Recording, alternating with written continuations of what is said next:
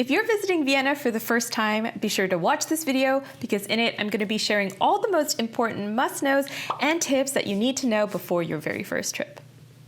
Now, in case you're new here, hi, I'm Christina from happytowander.com, and this channel is all about practical travel tips from someone who's been there, done that. So be sure to like and subscribe if that sounds like your kind of thing. Now let's start with some Vienna travel planning tips. First, do remember that the German name for Vienna is Wien, spelled W-I-E-N. So anytime you see Wien, then that actually means Vienna. Oftentimes you'll encounter this with public transport stations or maybe on trains. You'll see that the German name of Vienna is of course used rather than the English one. Some search engines, when you're looking up train timetables and things like that, will also not accept Vienna. So do keep in mind that when you're searching, try to use Wien whenever possible. And you're not mishearing me, I am saying Wien with a V sound rather than a W sound because that's the way it's pronounced. Now, in terms of where to stay, you do have tons of options because Vienna is a fairly spread out city. To give you a quick overview of geography, Vienna is actually split into 23 municipal districts that are numbered, known as Bezirke, or Bezirk if we're just talking about one. With the layout of these districts, that essentially means that there's an inner ring in the middle that represents the main city center of Vienna. So the Innenstadt, or city center, where a lot of the main tourist sites are, that is going to be district number 1. A fun trick for finding out which district you're in is actually looking at the postal code, because usually in the middle of the postal code is where you'll find the number of the district. Now, all these different districts kind of have their own personality and pros and cons, as well as different neighborhoods within them. So which one is best really does depend on kind of your own priorities. Staying in the first district is going to put you within walking distance to most of the main sites in the city. This is also where you're going to find some of the most luxurious hotels in the city and even in Austria as a whole. But of course, with that comes a massive price tag as well. So what I would personally recommend is going on a few local blogs to kind of discover the different things to do in all the different neighborhoods and districts and kind of choosing based on your own personal preferences what makes sense. I will say, so long as you pick somewhere that is conveniently linked to the city center by public transport, you're never too far away from the sites because the public transport system in Vienna is really, really good. On my most recent trip, I actually stayed in the 13th district, which is kind of by Schönbrunn Palace. Of course, that is a little bit farther out, but it was very easy to get into the city center with the U-Bahn, and I got to walk to the palace every day. Now, last thing before we move on, do try to learn a little bit of the history of Vienna before you go. Vienna, like a lot of European capitals, is so rich in history, and I think they really, in the tourism world, lean a lot on their imperial history in particular. So if you can learn a bit more about the Habsburg dynasty and empire, in particular, anything about Empress Sisi, that's really going to make the entire city come alive for you in a very interesting way.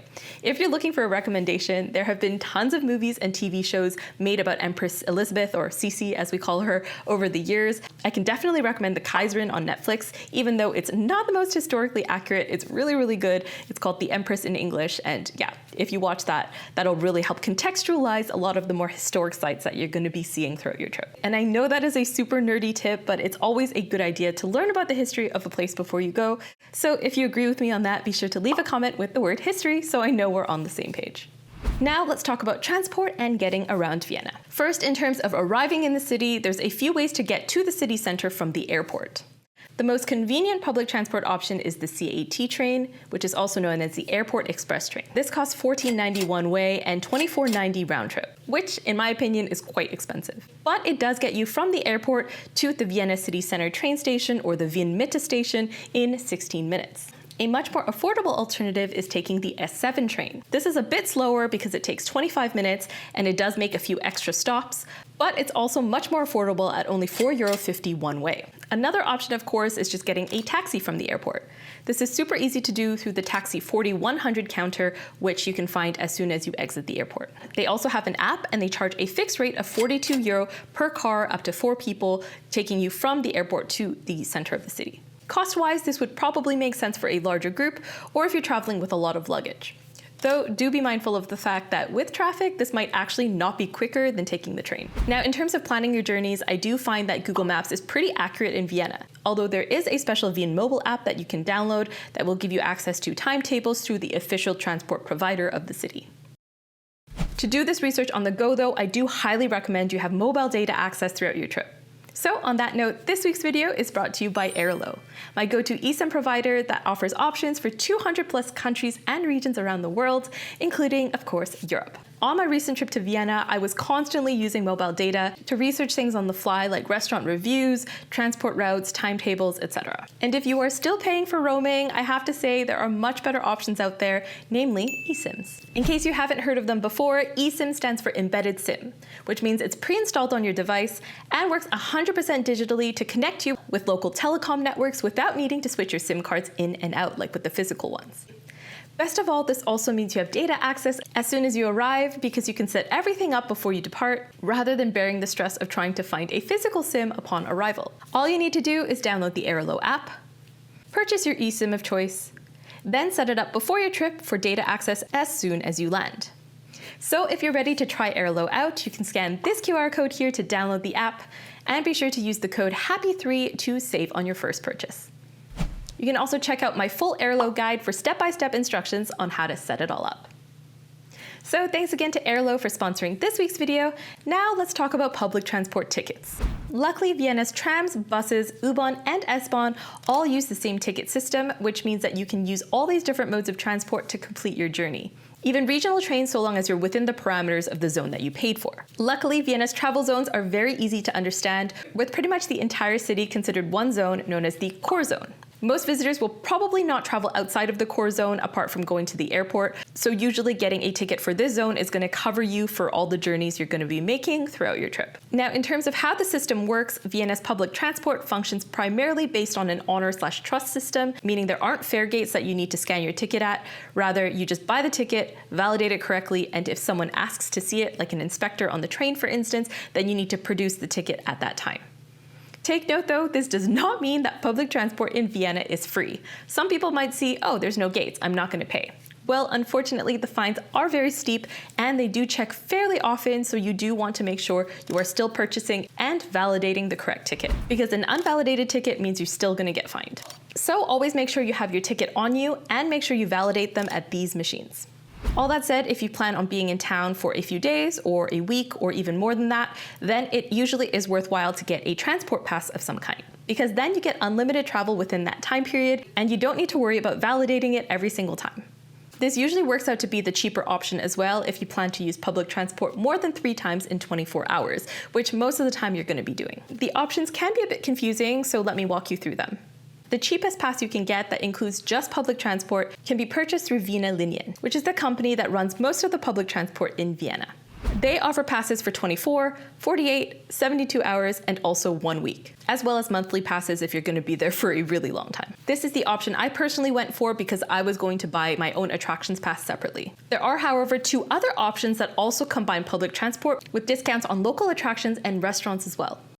These 2 options are firstly the Vienna Welcome Card, which is the slightly cheaper option, although it includes fewer attractions, and the official Vienna City Card, which is owned by the city and includes transport as well as discounts to over 200 different attractions and restaurants. Ultimately, the only way to know is by crunching the numbers and choosing the exact attractions that you're interested in and kind of comparing that way.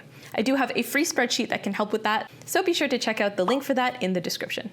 All that said, public transport is excellent in Vienna, so there isn't really a need for those hop-on, hop-off buses unless you do just want a very simple and convenient solution to seeing a lot in one go. Now, if you're not flying into Vienna, maybe you're taking the train, do take note that there's a few large train stations in the city. The main one is the Wien Hauptbahnhof station, which is really new actually. It opened in 2015 to replace a few older stations, but confusingly, it's actually not really located in the city center with all the tourist sites. If you're looking for the station that's closest to the city center with the main attractions, what you're looking for is actually the Wien Mitte station, or the Vienna City Center station in English. There's also Wien Meidling, which is in the southwest, and Wien Westbahnhof in the west. So generally keep them in mind and make sure you know that there are different stations so you don't get confused and get off at the wrong one.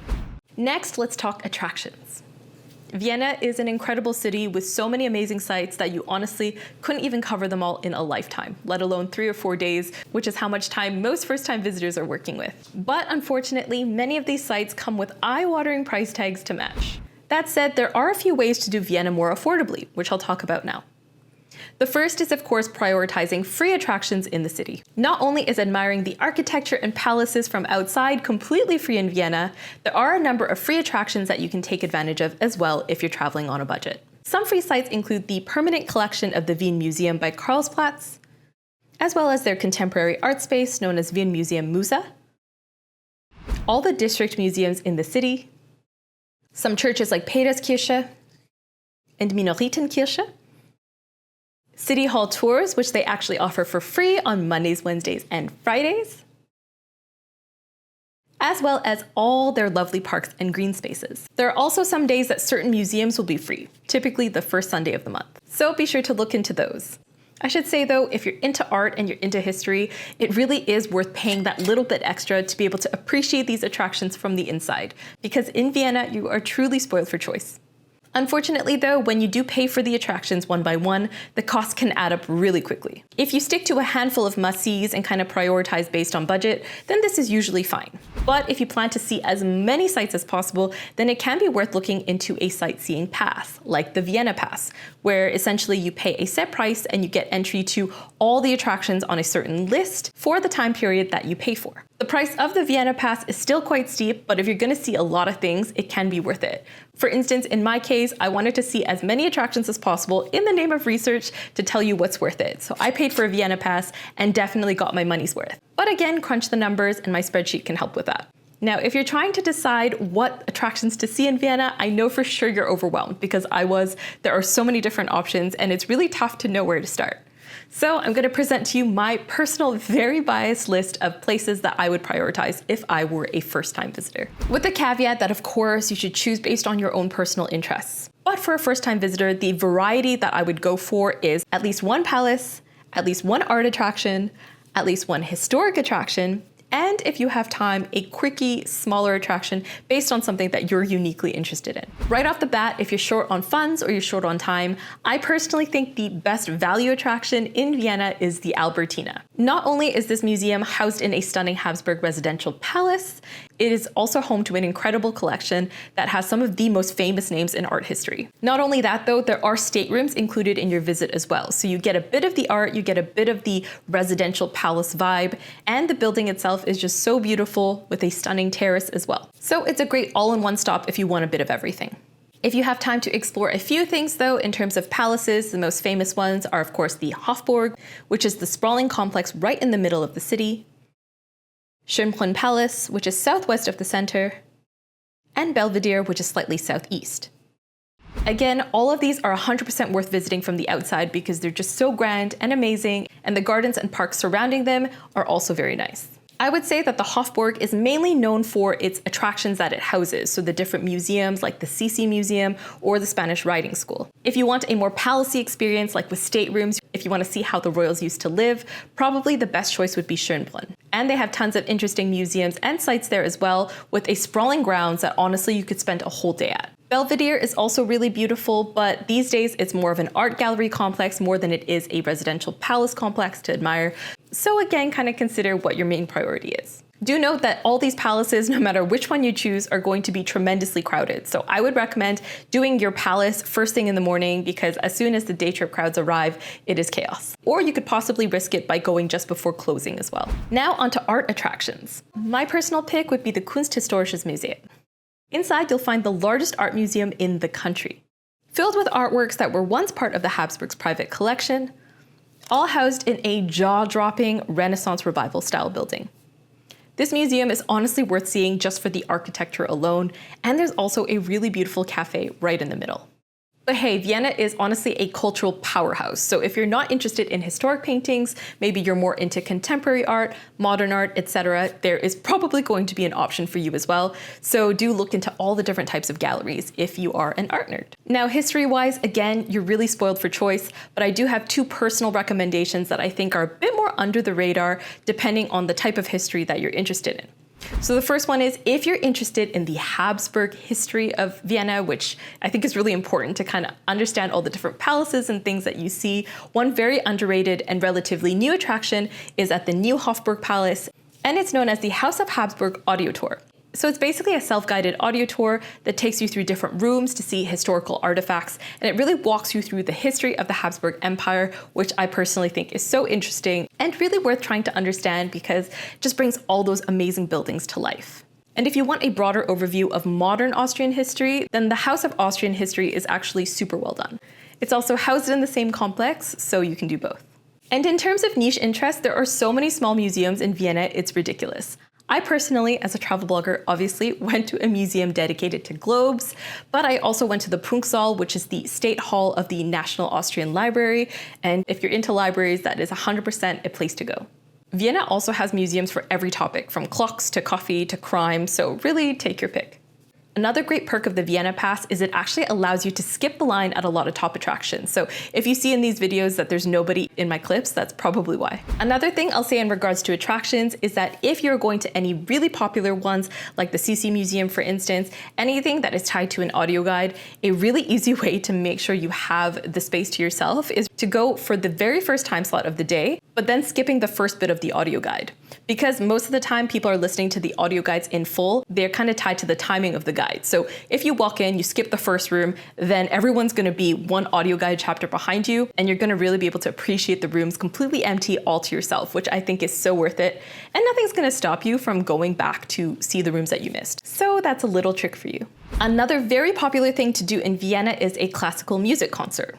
After all, in the 18th and 19th century, some of the greatest composers of all time actually called Vienna home, including big names like Mozart, Beethoven, the Strausses, and many, many more. But do beware that not all concerts are made equal, and I would highly recommend vetting reviews and looking at different concert experiences online first, rather than spontaneously buying tickets off of a street seller, because a lot of the time, these productions that they're selling are really made for tourists and aren't really of the best quality. So be sure to do some research in advance to maximize value for money. Next, let's chat food and drink. When in Vienna, you of course do want to try some classic Viennese cuisine, so here are some things to make sure you try. First off, there's Wiener Schnitzel, which is of course deep fried pork cutlets.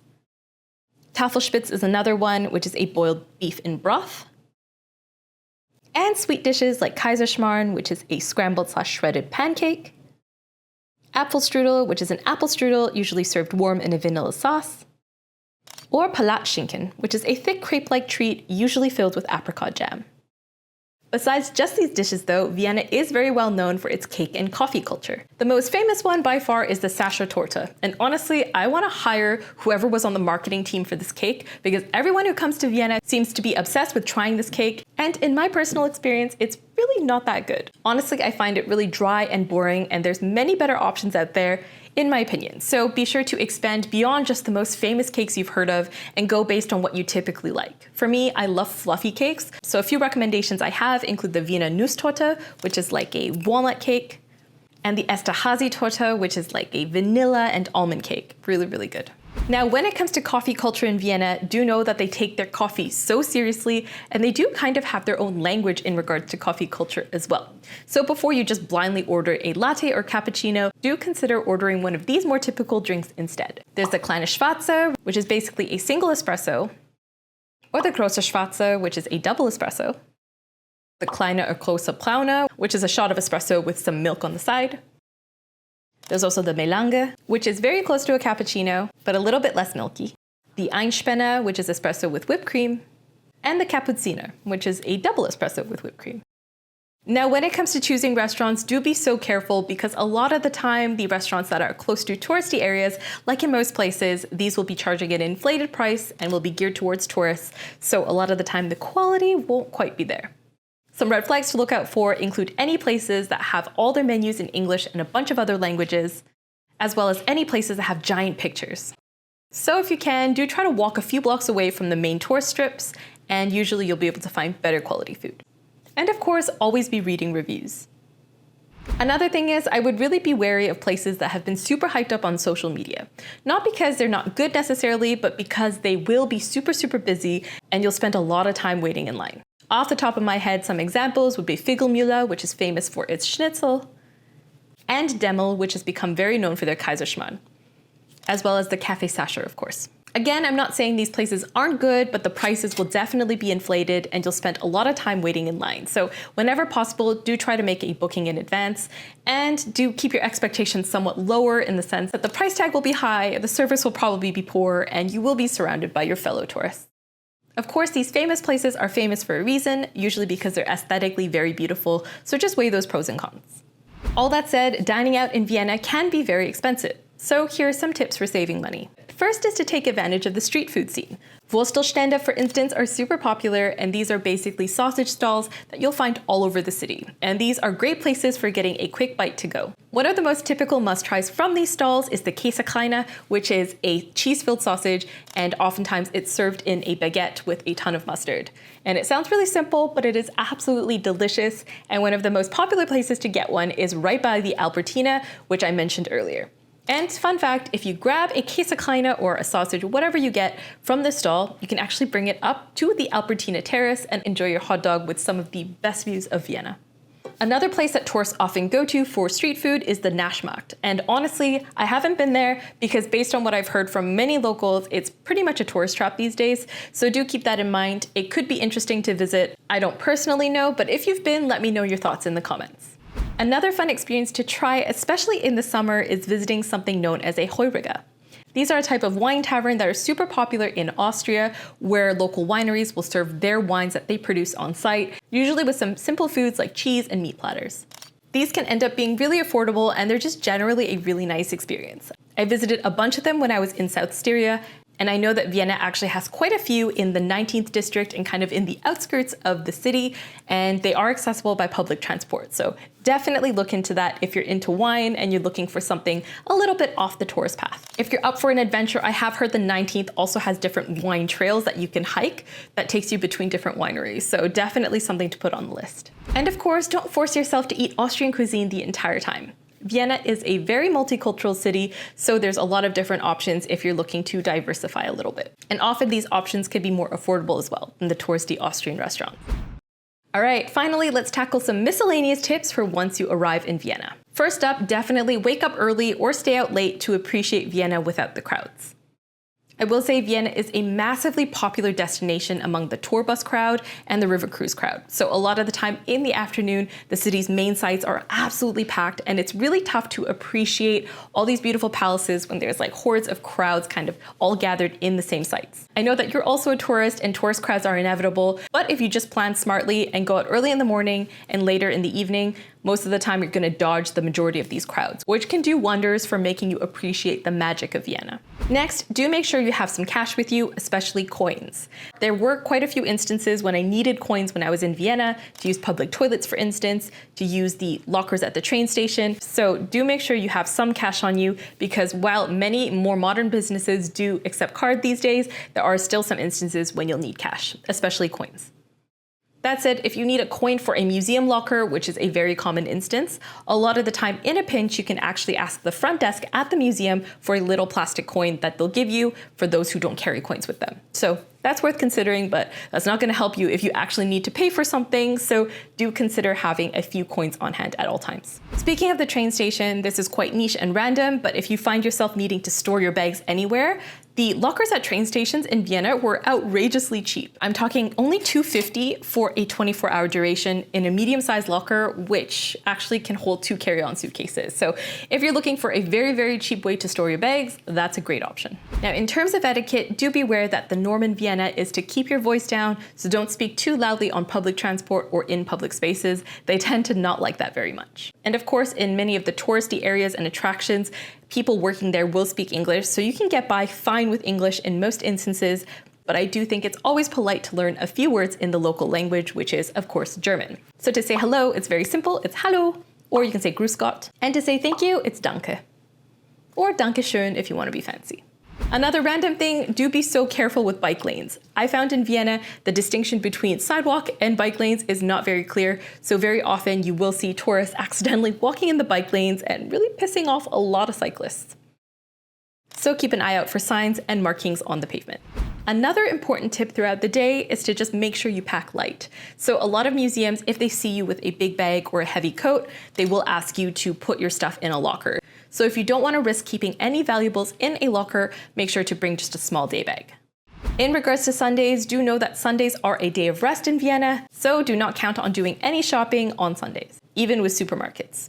And very cute, do pay attention to the traffic lights. Vienna was actually one of the first cities in the world to implement these cutesy couple traffic lights that represent diverse couples. They were originally installed for Eurovision back in the day, but they kept them because people thought they were so nice. So be sure to keep an eye out for those. And all this said, do remember that Vienna is an incredible city and a massive city that you really couldn't cover well in a lifetime, let alone in a few days. So do keep in mind that there's so much to see beyond just the typical tourist sites. Be sure to do plenty of research to look into all these other things that you can do. There's loads of modern architecture, for instance, lots of nice rooftop bars, lots of things that are worth checking out. And this video is already way too long, so I'm not going to bore you with the details, but make sure you do plenty of research. All right, thanks so much for watching. Be sure to like and subscribe for more travel videos just like this one, and I'll see you next time. Bye.